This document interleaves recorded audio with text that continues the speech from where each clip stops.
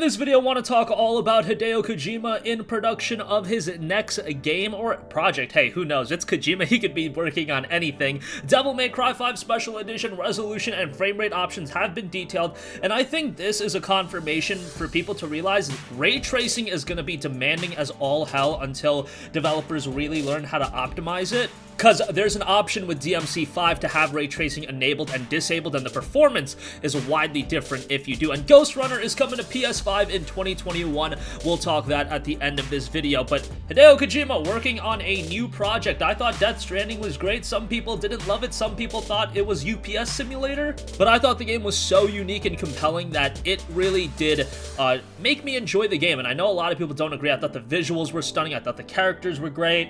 Nevertheless, to each their own opinion. Kojima Productions has confirmed a new project is in development and is looking to hire to work out of its Tokyo studio. The developer's first game, Death Stranding, launched for PlayStation 4 in November of 2019 on PC via Steam in July of 2020. It's Hideo Kojima. Whatever he works on is going to be rather compelling.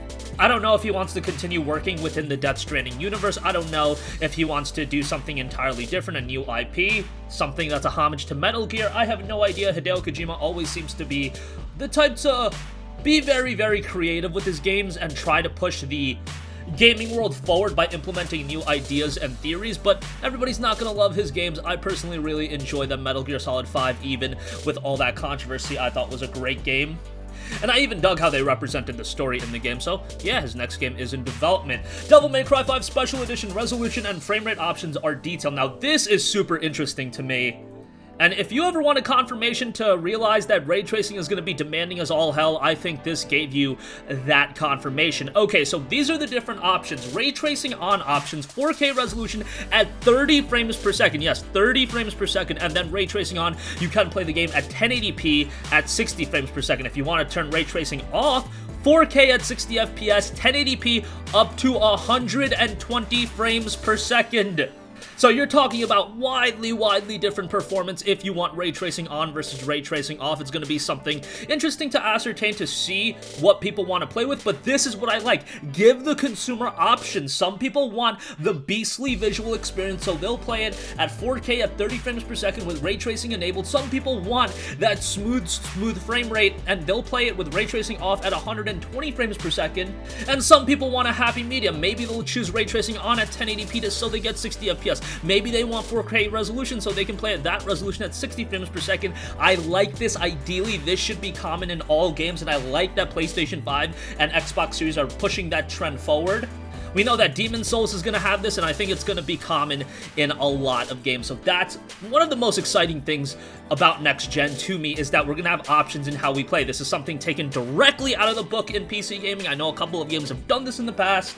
PC obviously still gives you a wide array of options and way more than this, but this is a step in the right direction, and I'm really happy about this. But again, ray tracing, it's going to be demanding given that this is a last-gen game, and with all the bells and whistles enabled, it cannot maintain 60 frames per second. That's at 4K with ray tracing on, but 30 FPS, 4K resolution, ray tracing enabled, that is still very respectable, since ray tracing brings PCs to their knees as well, and you're talking about a $500 box here, or $400. So I think we're doing pretty well here. Lastly, I do want to note that Ghostrunner is coming to PlayStation 5 and Xbox Series in 2021. This is a really cool game. If you have not checked out Ghostrunner, this has some really slick visuals, great gameplay by the looks of it, and one that a demo is available on PC and Steam. Definitely getting vibes of Mirror's Edge here. Mirror's Edge gameplay definitely all over this title, but it also obviously has a little bit of action-oriented gameplay as well. Amazing visuals from what we're seeing in the PC version of the game. Hopefully that sticks in PS5 and Xbox Series. But again,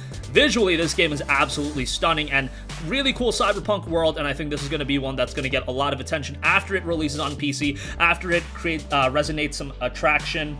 And that is barring in mind that the game does deliver and it is of quality, but I'm really hoping that this one does deliver come October 27th, and hopefully it makes a smooth transition to consoles in 2021.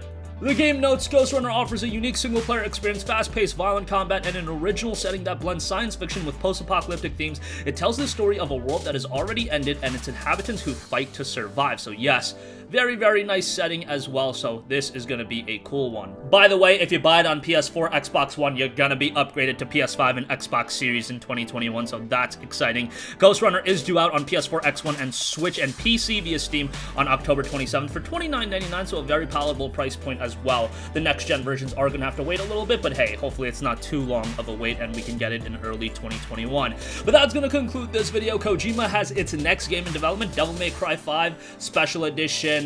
Setting should be a little bit of an eye-opener that not all games are gonna run in this fabled 4K 60 FPS with ray tracing enabled, because bear in mind, again, this is a game that was originally developed for PS4 and Xbox One. Once we start getting into, you know, the Demon's Souls remake and God of War Ragnarok, if we're talking about 4K ray tracing with those games enabled, you know, it's not going to be 60 FPS most likely.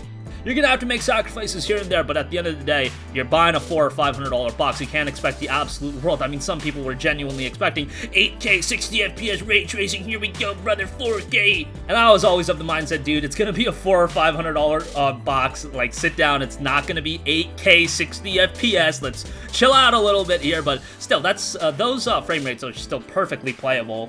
And you're talking about quite a bit for the money that you spent. And Ghostrunner, again, getting that upgrade in 2021. That's gonna conclude this video. Sound off with all of your thoughts in the comment section down below. Thank you for watching and goodbye. Hey guys, we hope you enjoyed the video, and if you did, make sure to hit the subscribe button, and if you're already subscribed, do us a favor and hit the bell icon. This way you'll be notified whenever we post a new video. That's the best way to keep up with all of our uploads, and we usually try to upload 2 videos a day. And with the bell icon hit, you'll be notified whenever we do upload a video. As always, thanks for watching.